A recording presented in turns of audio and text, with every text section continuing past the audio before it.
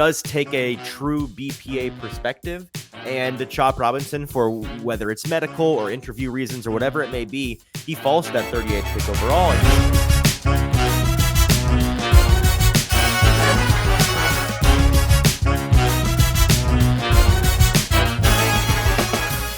Welcome in to the Hot Read podcast for, what is today, Tuesday, February the 28th. I'm your host, Easton Freeze, Director of Published Content here at BroadwaySportsMedia.com. We're also brought to you by the 440 Podcast Network. You can follow me on social media at Easton Freeze. I am joined once again here live in Indianapolis, the 2024 NFL Combine, by producer JT, who you can follow on social media at JT_Ruhnke. JT, how are you? I'm good. Has the Combine already gotten to you that in such a way that you do still think it is Tuesday? Did I say Tuesday? You did. What is today? Wednesday? It is Wednesday. See, here's the thing. Today We come, I know I'm here for the week, and the day of the week that we're on, it just it becomes a mind meld. I don't know what day it is. It's Wednesday. Okay, so Wednesday, February 28th. I'm checking my computer. That's what it is today. That is today. That's what today's show is the date. That's the date of today's show is for that. Yep. Okay, good. Glad we have that part settled. We are talking today about a couple of things. We had our first interactions with some of the prospects here at the Combine, starting with, it's really unfair to say the worst goes first because it has nothing to do with their ability on the field or their importance on the field. But in terms of interest to most fans, I think it's fair to say that defensive linemen, edge defenders, and linebackers are much lower on the totem pole than, say, cornerbacks or tight ends, which both are going to be going tomorrow at the podium. Obviously, quarterbacks, wide receivers, running backs, and then offensive linemen. Not as sexy, but everybody knows you got to have a good offensive line, and they are players that are stacked in the first round, and so they will bring a lot of interest. So that's not to undermine the content of today's show. We did speak with and hear from a number of very talented, highly impactful players today that we're going to talk a little bit about what we heard from them and kind of just introduce folks to some of those big names in those categories. And we're also going to be going into the NFLPA report cards that came out today regarding each team in the NFL, graded on a number of different topics, from coaching to strength and conditioning staffs to weight room to cafeteria to health and safety to owners, which was a new category. A lot of things. The players anonymously gave letter grades on, and the NFLPA released rankings under each category for all of these teams. The Titans came in pretty middle of the pack for the most part. Not a ton of terrible grades, not any phenomenal grades for them, but there are a couple of things on their report card that I think are of note, and it's an interesting topic. Smart, I think, by the NFLPA to release that during the Combine when they know we're already pushing that content to the max. We're looking for stuff to talk about, and it's a very interesting topic to talk about. So we're going to dive into that and some more. Before we do, if you're with us live today, we appreciate you being here. Do us a couple of favors. First of all, if you're watching on Facebook or on Twitter, stop doing that. Go to Broadway Sports Media's YouTube page. It's Broadway Sports Media on YouTube. Join the comment section of this live stream there. And you, just like Tighten Up Tony, who said he would be happy with a late round linebacker in the comments. I think that that is certainly something that's on the Titans' radar this year. You can be a part of today's conversation. We'd love to hear your thoughts, questions, comments about these players and about the Titans. They just call them report cards, right? They're not specific to anything. It's just the team report card. So yeah, the team report card is going to be an interesting one we'll dive into today. But let's start, JT, on these players that we heard from today. On the defensive line and edge side of things, a number of top names that are going to be going in that first, second, third round territory. Chop Robinson out of Penn State, Darius Robinson out of Missouri, Devondre Sweat out of Texas, Johnny Newton out of Illinois are four of the biggest names we heard from today. What were your impressions of those guys? And you can start with whoever you'd like at the podium when we had a chance to hear from them.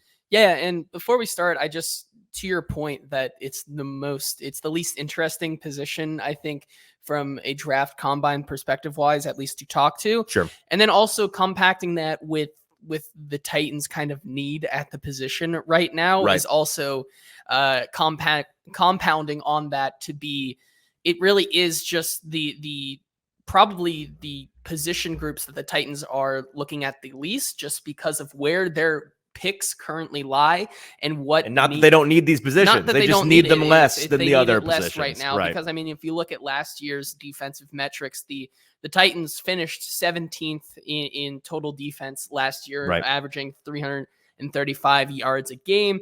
That's right around where the Packers, Lions, Rams, and Steelers were last year. But I think it's a good argument to make that the defensive line, at least, was not really the reason why they were giving up that many yards, because there are other positions on this team that need the work more than the defensive line. So I think the Titans are pretty good on that side. We can talk about the linebacking and what they could look for in this class a little bit more. But yeah, just giving some perspective on that, because as putting our Titans goggles on for some of these, it's really hard to talk to some of these guys and be like, there's really no reality where a T'Vondre Sweat, or maybe not T'Vondre Sweat, but a Chop unlikely. Robinson. Well, I wouldn't say no reality, because there is still, I say it's an unlikely reality. And the only reason I parse that is because there is a world in which this Titans team really does take a true BPA perspective, and Chop Robinson, for whether it's medical or interview reasons or whatever it may be, he falls to that 38th pick overall, and he's clearly the best guy on the board for the Titans there. It wouldn't shock me if they went with not just this edge position in particular, but any of the positions that the Titans fans seem to have in their head are locks to be the Titans' first, second, third pick, right? This time last year, everybody thought the Titans are going to be getting some offensive line, some tackle and some receiver in one of their first 3 rounds. Like, of those first 3 picks, 2 of them are going to be those 2 positions, and they ended up with none of them. They ended up with a interior offensive lineman, a quarterback, and a running back in the first 3 rounds. They didn't draft a receiver until the 7th round with a flyer and a special teams guy. So I have to caution folks against this certainty. And I know what you were saying. I just think it's important to point out that you never know. And so that's why we're going to cover all our bases and look into some of these guys. And even if the Titans aren't necessarily in the market for T'Vondre Sweat, like you mentioned, he's an awesome prospect who I know you and I are stoked to get to go watch test at Lucas Oil Stadium tomorrow, because he has been promising he's going to blow everybody's mind. He was on some shows today, and he was asked what's the reaction going to be from folks when you run your 40 tomorrow. And he just said this is the reaction, just mouth wide open, jaw on the floor. So I'm ready for it. He's putting up. I don't think he plans on shutting up. So I'm excited to go and see what he can do. But that being said, do you want to dive into some of these guys one at a time? Do you want to just start with Sweat, who is the highest rated or highest draft board consensus rated guy amongst these folks? He is the 11th overall player on the PFF board. On the consensus board, you're thinking of Byron Murphy. Oh, excuse me. Yeah, sorry. Excuse me. Yes, his running mate Byron Murphy. T'Vondre Sweat.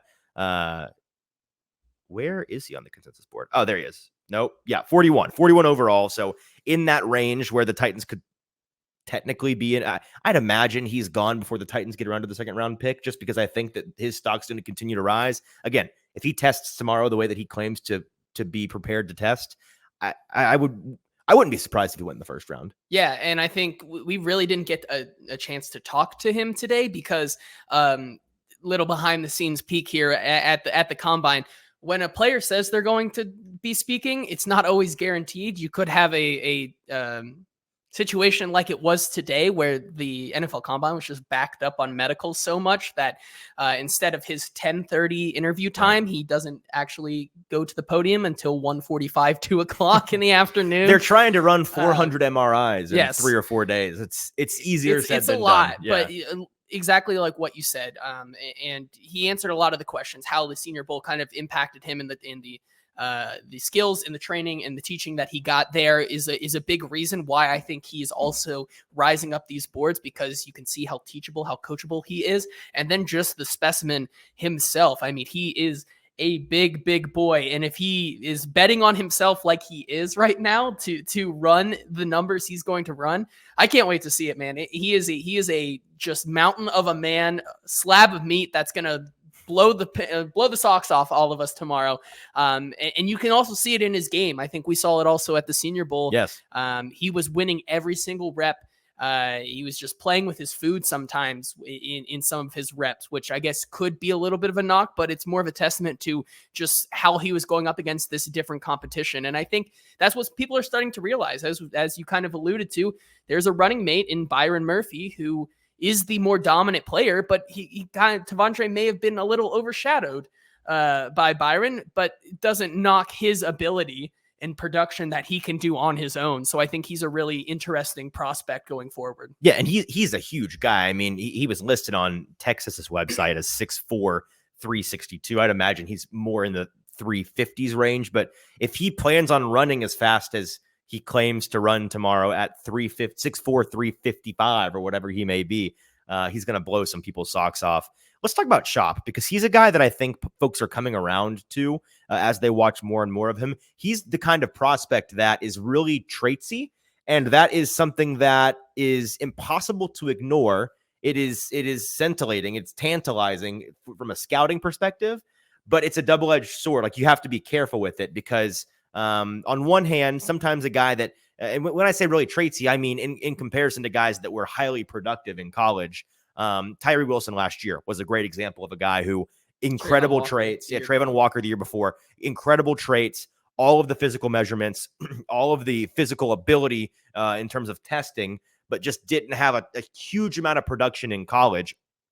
Chop is he's not a direct comparison to those two that I mentioned, but that's kind of the genre of player where you are drafting them high, betting on those traits panning out in the NFL. And not because, well, we're drafting him because we've seen how crazy productive he was in college. And so the double-edged sword there is, hey, we know for a fact that certain traits, certain physical benchmarks, certain speeds and get-offs, and if you've got this first step ability that's unique and can't be taught, that kind of thing works in the NFL. Yep. It just does. But on the other hand, there are certain guys that, and I don't want to indict like a Tyree Wilson, who's 1 year on a bad team. We don't know what he's going to be in the end. We need to see more from him. But there are certain guys like that come in and it just never gets put together, right? It's the track star wide receiver who they've got all the speed in the world and they've got all the physical. They can jump out of the building, but they just can't play receiver, right? At the end of the day, the traits didn't translate to the game. They were a phenomenal athlete. They weren't a phenomenal ball player. That's the risk you run when you go with a guy like Chop Robinson, who, again, didn't have a ton of production in college, but at 6'3", 250, an incredible first step, incredible top-end speed, bends really in a way that he shouldn't be able to at that height for as big and tall as he is.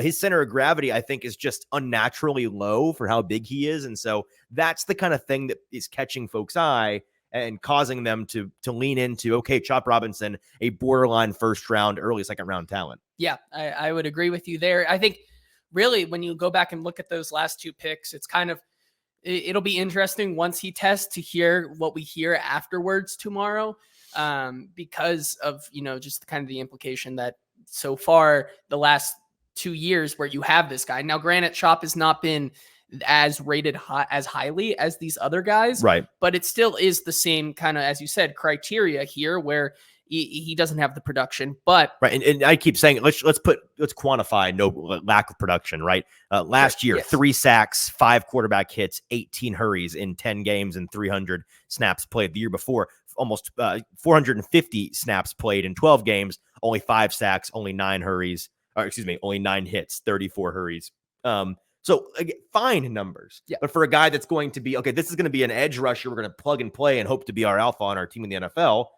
On paper, that concerns you, right? But then you watch the tape and it changes your perspective. Yeah, and I think the point of this all is just the fit is going to, in which team he gets drafted 100%. To, is going to matters so much. Make or break it. It's going to make or break it. And I think to your point there, if there was a world where he fell to 38 and go to a team that has a Jeffrey Simmons and has a Harold Landry and is in need guys, of a alpha on the other side, like right?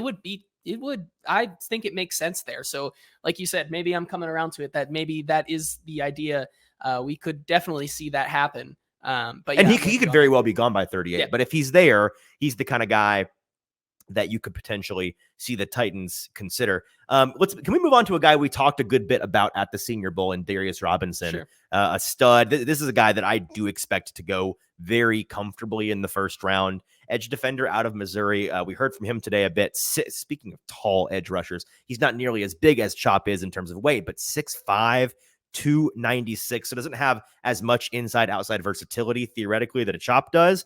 But as a pure edge rusher, Robinson is phenomenal. We saw it all week in Mobile, was tearing up the competition. And I know you came away from that week down there really impressed by him. Yeah, and I was once again impressed by him this morning. I tweeted out this morning that for me, Darius Robinson right now is an early candidate to get the same treatment that I gave to guys like Jack Campbell and Lucas Van Ness. Which, for those that aren't familiar with last year's draft coverage on this show, first of all, how dare you? I'm glad you're finally here, but you're late. Second of all, that's high praise. This is a guy that he's going to jump up and down on draft night for, root for, and lose his mind based on where he goes because he believes so highly in this guy. So very, very high marks. If that's, yes. Are you officially putting your stamp on Darius Robinson as your guy? I think so. Okay. Because he has the traits, he has the ball knowledge, and he loves the game. And you I can think tell those he are all loves three things ball at the that podium. When you go to the podium, he was just one of my favorites today.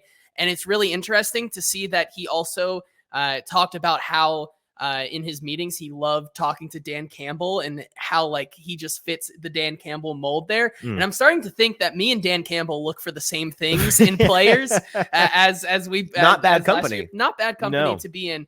But it was just so funny that maybe me and Dan Campbell just have a type, which is just loves football and knows more than just being able to get out there and hit a guy, being able to understand the game as you're playing it.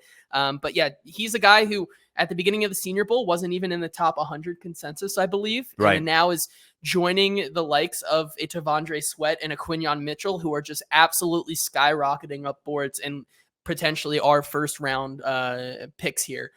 So yeah, he's a very interesting one. I kind of like in his current situation. I'm not saying his comp here, tape wise, but his situation is very kind of George Karlaftis to me. He is that guy that we're going to look back in 2 to 3 years and he's going to get taken by one of those teams from picks 28 to 32 and just be like, how did everybody let this guy fall? Right. How did this guy end up on the Bills? How did Yep. this guy? Yeah, exactly. How did San Francisco get their mitts on this guy? Yep. I agree entirely.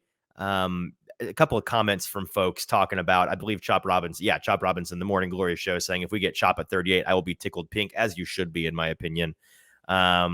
Athleticism over criticism. I like that. Tighten up, Tony. Trayvon Walker versus Aiden Hutchinson in terms of examples for guys that were traitsy versus production guys. 100%. Adafe Owe also thrown out there. And Tighten up, Tony says, maybe Dan Campbell's your real dad. It's a possibility. Okay, one more edge defender, one more defensive lineman, rather, that we want to talk about. Johnny Newton out of Illinois, another guy that is expected to go in the first round. I know you were at his podium today. What were your impressions from what you heard from him? Well, I mean, if the Titans were in the realm for a premier those teens, right? If they were in the market for a premier defensive interior guy, Johnny Newton would be their guy, because his big thing was, I can play any technique that you want. You can put me a 3-tech, 4-tech. I can play anywhere on or off the ball here in the middle of the field on the line. And I'm a playmaker. And that's exactly what we heard yesterday. He's one of those guys who is confident. He has the stats to back it up as well in his college tape. He was a guy who kind of like Darius Robinson, loves the game, loves the style of play that he plays, and is very confident into it. And I'm really excited to see where he goes in this draft. Obviously, at 7, that would be a Daniel Jones level bonkers pick for the Titans there, but I would be happy because I know what you're getting in this Stoney. guy. I know Stoney is the same way, and that's probably the end of the list right there. Yeah, I mean, he is a bona fide guy who's going to stuff the middle of your defensive line. They're not really good in the run game as well, so he was a treat to talk to, and I'm excited to see how he tests tomorrow as well. 6'2", 295, was a junior. He's just 21 years old. Had a really nice year for himself last season. 12 games, 8 sacks, 7 hits, 28 hurries, and 2 batted passes. A player that I think tomorrow is going to prove he has the physical requisite skills and abilities in terms of testing, as well as the fact that he has produced highly. That's why he's going to probably go in that 15 to 25 range overall. Let's look at the linebackers real quick before we talk about this report card from the Titans. And real quick, if you're with us live, we appreciate you doing so. Make sure you're over at Broadway Sports Media's YouTube page on this live stream, and you're in the comment section joining the conversation. We'd love to hear your thoughts about the combine, any questions you might have. And listen, by the way, we have some content planned for this show the next couple of days, where we're going to be talking to some folks of import here, some national media folks. And if you have any questions that are particularly clever and you'd like to hear them asked from a Titans perspective to these people that you listen to on national TV every other day, hit us up, hit us in the comments, hit us on Twitter.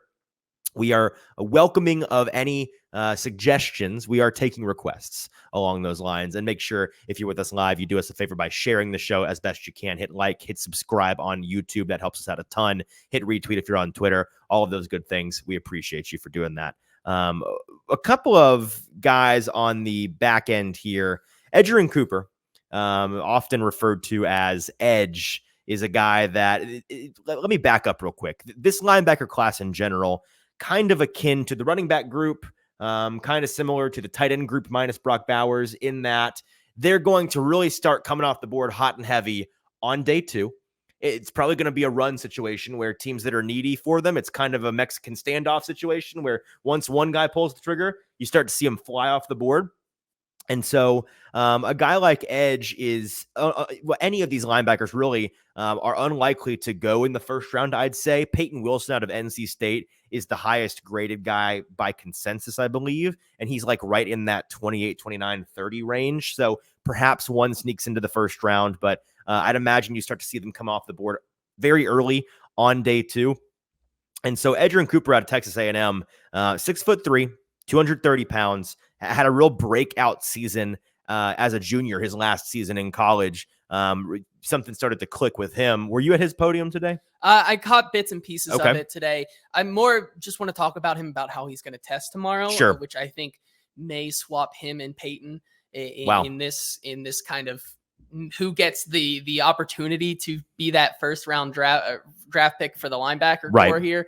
I think he is just an athletic freak. I'm excited to see his 40 time, what he does in a lot of the drills, because he is just that and a bag of chips. Like he was that in college. I think that's a bag of chips. I love it. That's what he's going to continue to be. And there's sometimes where guys really don't say too many things at the podium, because sometimes, like in this case, if you're one of the Alabama players, you only got asked questions today about Nick Saban's retirement and not really what about. I'm sure they were stoked by that. Yeah.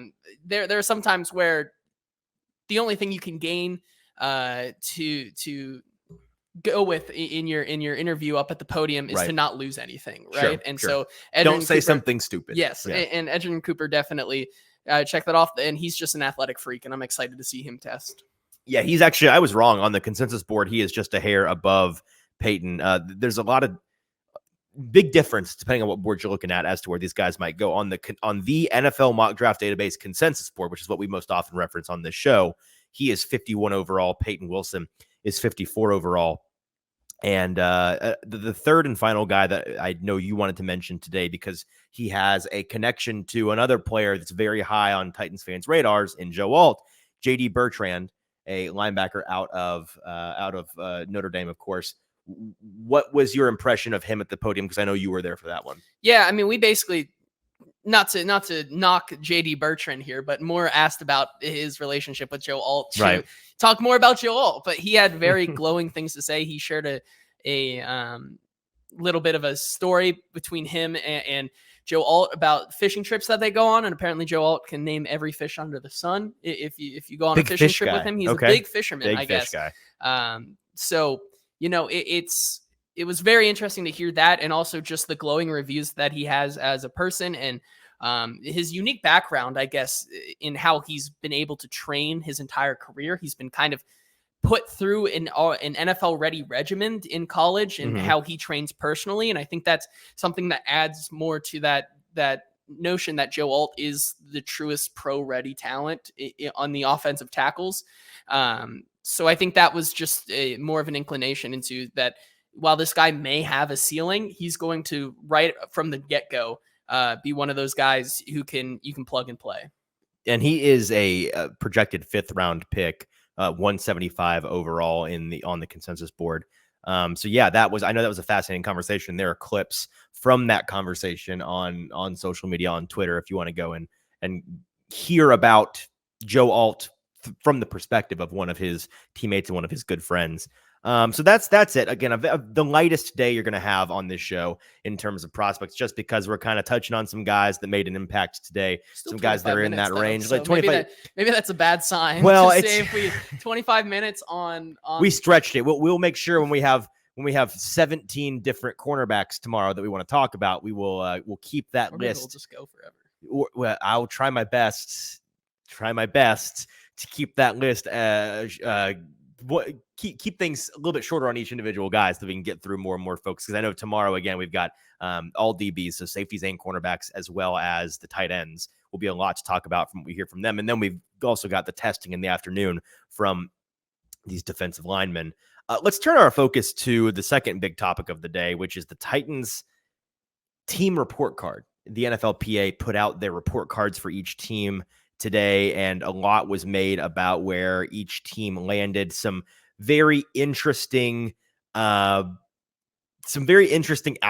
not just with the Titans, but in general. The Chargers having childcare for their players off-site and making the players pay for that. I saw somebody joke that it's just because they got sick and tired of having to babysit all the Rivers kids for free for all those years. So I guess that makes sense a little bit.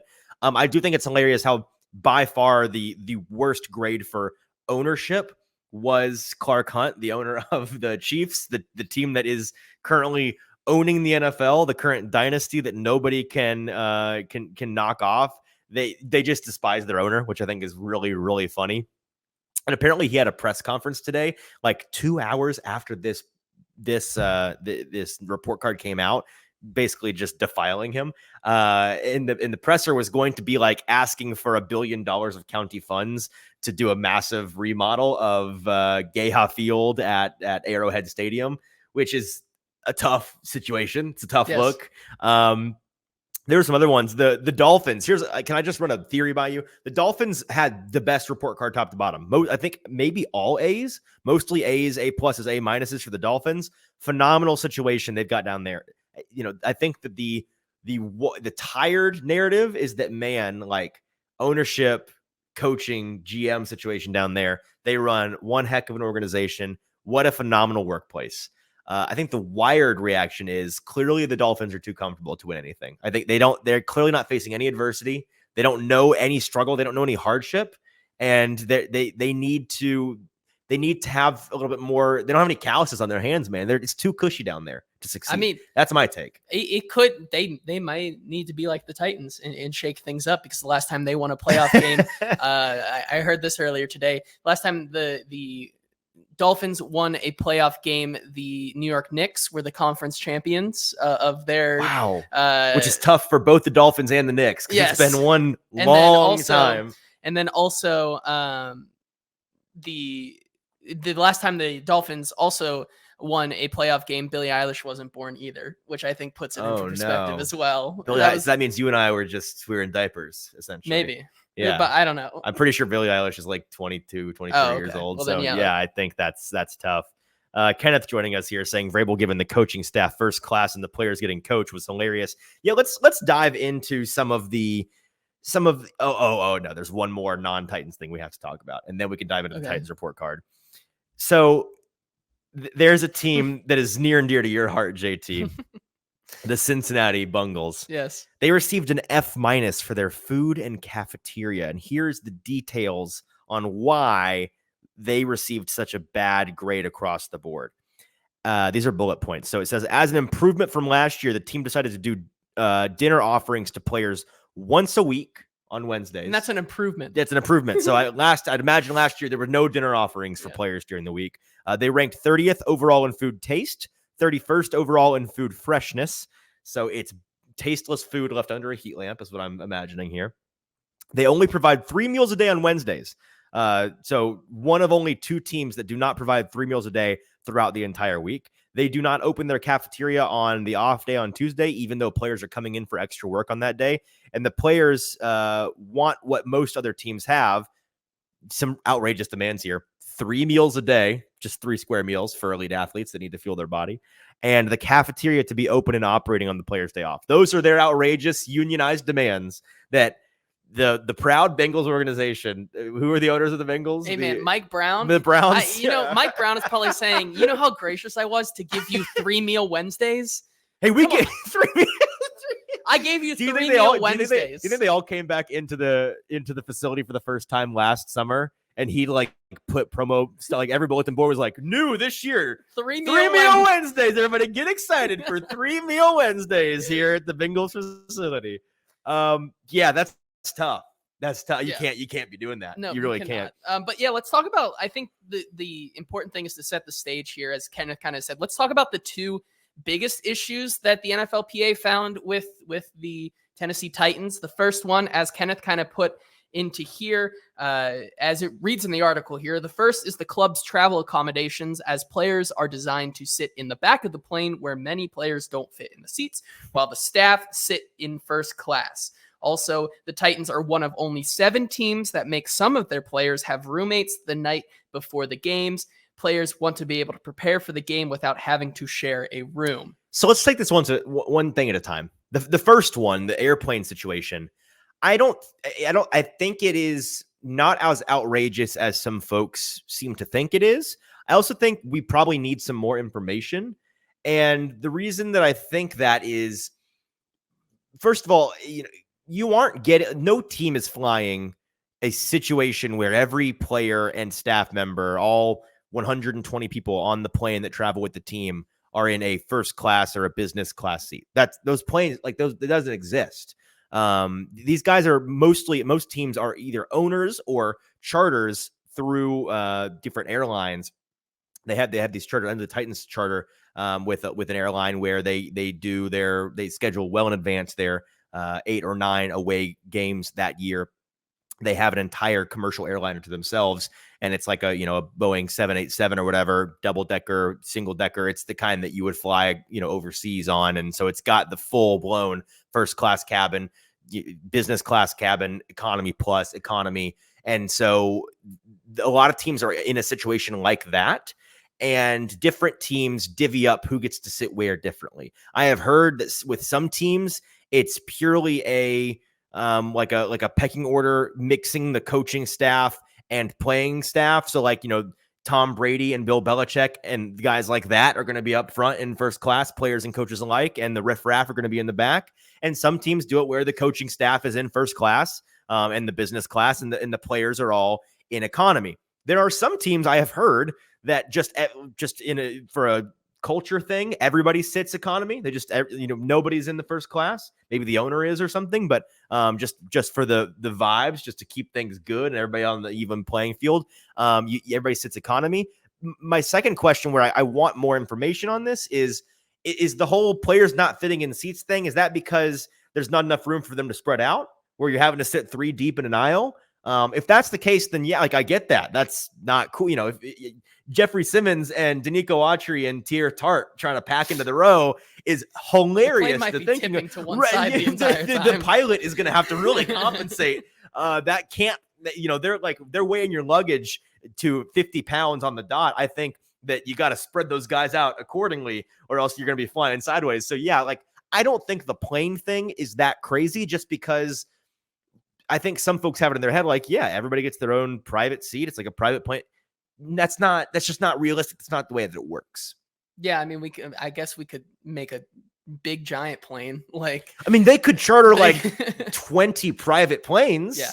The NFL prints money, but they don't print money. You know what I mean? And a comment here, it says, so Mike Brown, back on the Bengals real quick. So Mike Brown can pay Joe Burrow and T. Higgins, or he can provide food for all of his players. Right. I think that's his pitch. That's why the franchise tag was put on T. 100. It's like, what do you guys want from me? We can't afford everything. Okay. It's either 3 meal Wednesdays or it's Joe, pack your bags. That's the wager here. That's it. Y'all decide. It's not in Mike Brown's hands. Let's tackle the other thing though. This is where I do think this is outrageous.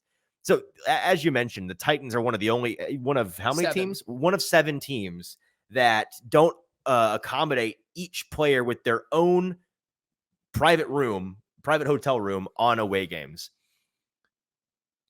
I need you to explain this to me like I'm a 5-year-old, right? Because if the Titans ownership can afford a brand new HQ in the past 3 years, they can afford a brand new $1 billion stadium that they're breaking ground on this week. They can't afford a half dozen extra rooms 8 times a year for one night on an away game. That you cannot justify that decision as anything besides your ownership group looking bad and looking cheap. And being cheap in the NFL when it comes to things like that, really, really silly, really, really foolish, really avoidable, and just not a good look, man. And I've seen some folks push back on, well, how do you know it's the ownership? How do you know it's the owner's decision, an upper management decision, not a coaching decision? The coaches aren't deciding where the money gets spent, right? That's bottom line is the owners making that call. Some other folks I've seen talking about how, well, maybe like Vrabel kind of strikes me as the kind of guy that may want guys to have to earn their own room, or team camaraderie, culture. These 2 guys are in the doghouse. I'm gonna put them together. It's like on a spectrum. Like if you play good, you get your own room next time. If not, right. I know you and I were joking. Like, did Jalen Duncan and Andre Dillard have to be bunkmates the back half of the year? Like the 2 of them were crammed into a queen size bed. I do love, by the way, we don't know. Listen, we don't know. I'm assuming when they have to share a room, it's a double bed room. Yeah. But perhaps, you've got these guys just cramming into a single queen. I'm not saying it's likely. I'm just saying it's on the table. We don't know whether or not that's the case or not. But yeah, I don't think you can justify that as Titans ownership. I think it's a really bad look. And some other teams had it worse. I know, like the Buccaneers, they had an offering to players where if they wanted to not share a room for the year, they had to pay like $2,000, which is crazy. But the one thing I'll caution folks on is you see these kinds of things, and a lot of folks, frankly, like bootlickers of billionaires, like they love to carry water and tout for these guys and be like, I've been on road trips before. I've shared a room before. It's not that big a deal. It's not that these people deserve rooms and they're better than you. One, their bosses have the money. How would you feel if you went on a business trip that your entire office was forced to go on, and you're working for Microsoft and it's like a major corporate retreat, and they're making you bunk up with some random guy from down the hall in your Westin hotel where they could have spent $100 for you to have your own room? That's crappy. Like, that's crappy workplace environment. That's just no good, man. You can't have that.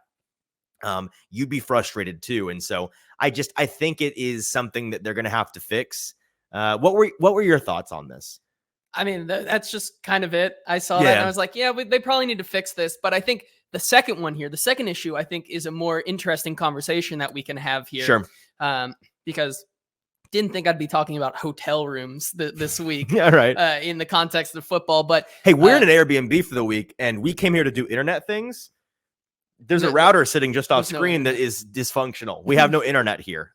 So, I mean, if anybody wants to complain about travel accommodations, we're giving an F to whoever. I don't know where we return our report card into. F minus to the NFL on our accommodations. A+ to Verizon. Accommodations that we set up for us. But other than that, F minus for sure. But the second one here, and I think this is the bigger one, because I think in hindsight, if we went back maybe before the season, we had some episodes on this, and it'd be interesting to see. And as it is in the article here, quote, the second issue that was raised most often by respondents is the field surface at the stadium. Before the 2023 season, the team decided to switch from a natural grass surface to synthetic, consistent with how players responded across the NFL on the question of field surfaces, which said 92% say they prefer natural grass to synthetic. Titans players responded with disappointment that they moved from grass to artificial. The most unsurprising thing, of course they did, of course they should have this response. I don't know what else we can say about this, because we have beaten this horse beyond, I mean, it's to a pulp at this point on this show.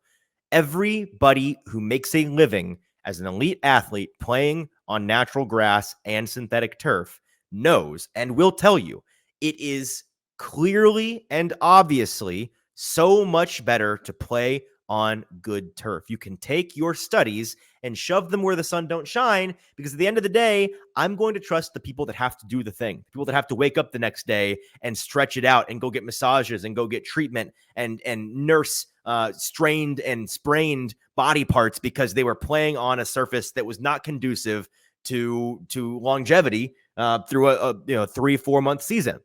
It's really that simple. We talked to the players at the time in the Titans locker room when that decision was made. They were less than enthused. I know Kevin Byard, being the vocal leader of the team at the time last August, very clearly saying, I wish they hadn't done this. It stinks, but it is what it is.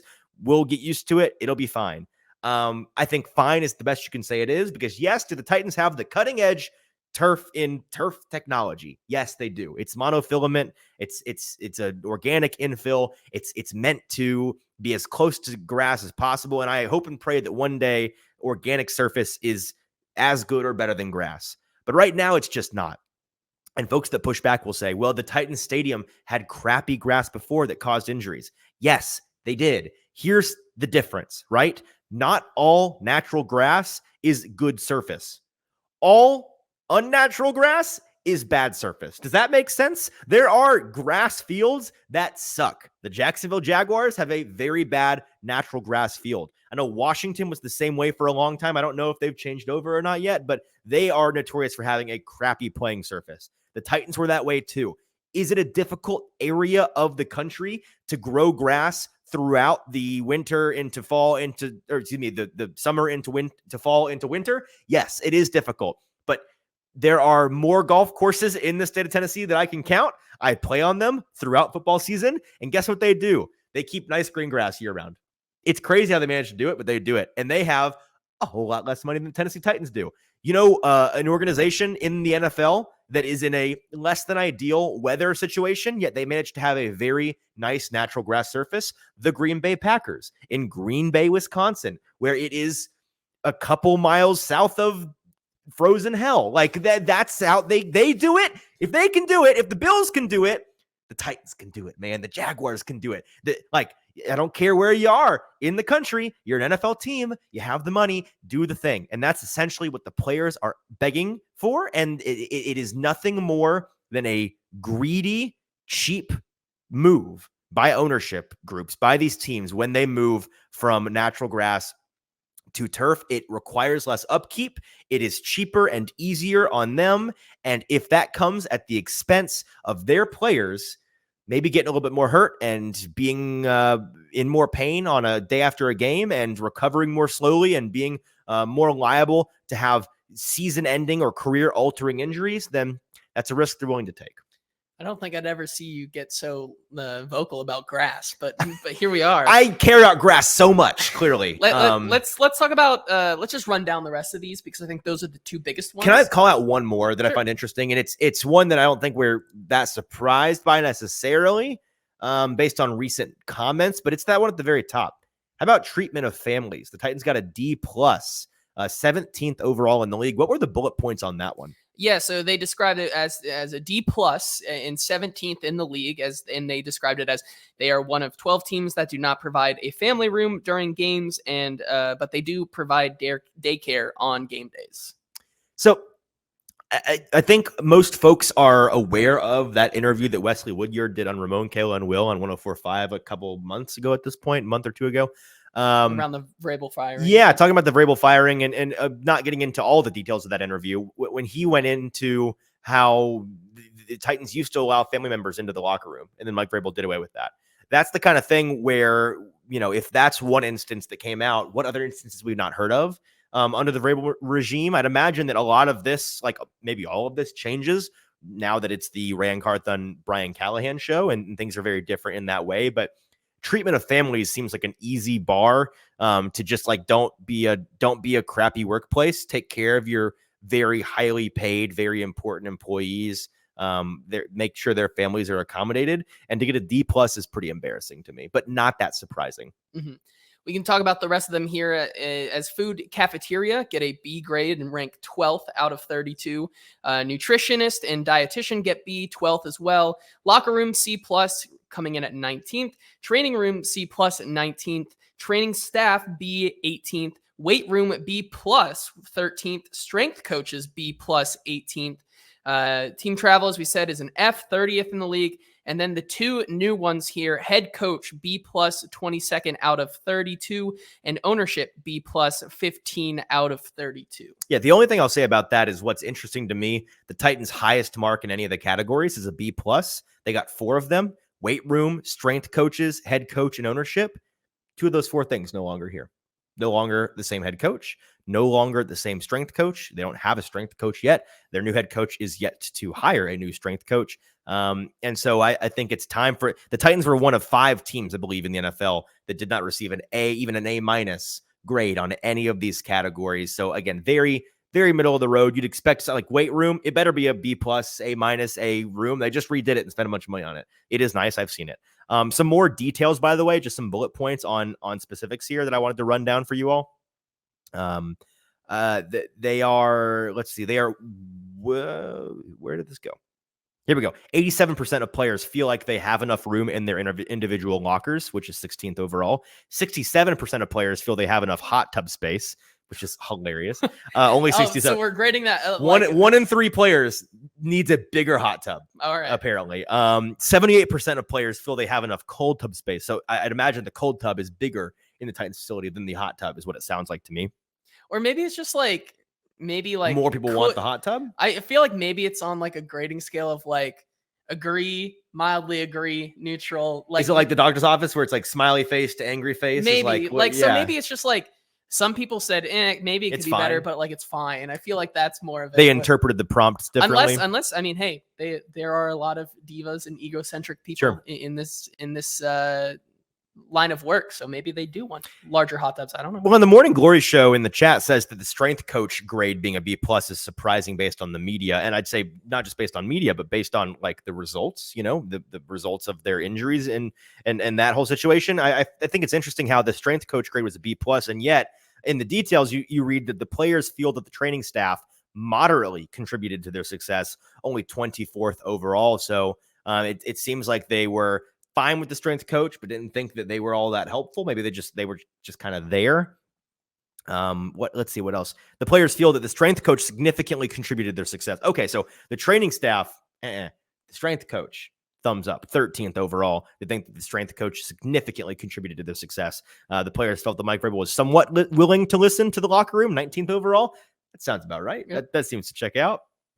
And finally, club owner Amy Adams-Strunk received a grade of 8.7 out of 10 from Titans players when considering her willingness to invest in facilities. Well, I would hope so, considering she invested a ton in the HQ and is investing in a new stadium. So maybe just invest in some hotel rooms and pay for some grass would be my recommendation. But and maybe send Mike Brown up in Cincinnati some money for get Mike Brown's Venmo for the love of God, so we can get away from 3 Meal Wednesdays, because that is the funniest thing. That hashtag 3 Meal Wednesdays. I'm going to send it out no context on Twitter here in a minute because that's hilarious.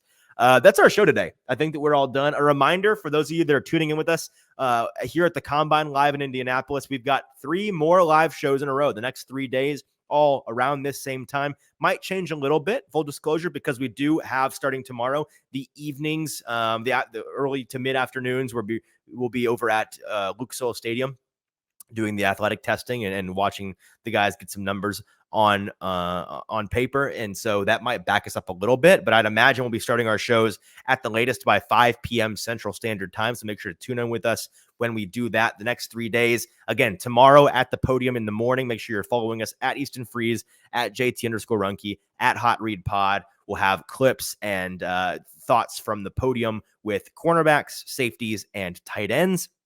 And in the afternoon, testing with the guys that were at the podium today, D-Linemen, edge rushers, and linebackers.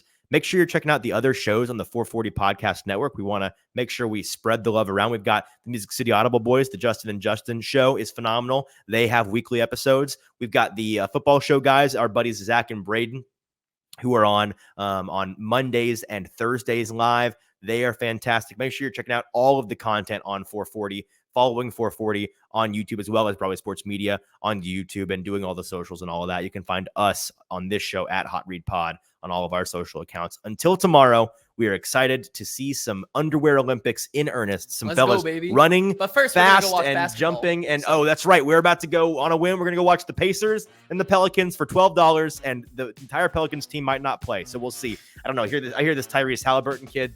He's kind of good. Pretty good. This fella's got some hype. So we'll see if he's all that in a bag of chips. Until tomorrow, I'm Easton Freeze for producer JT. This has been the Hot Read Podcast. We'll talk to you then.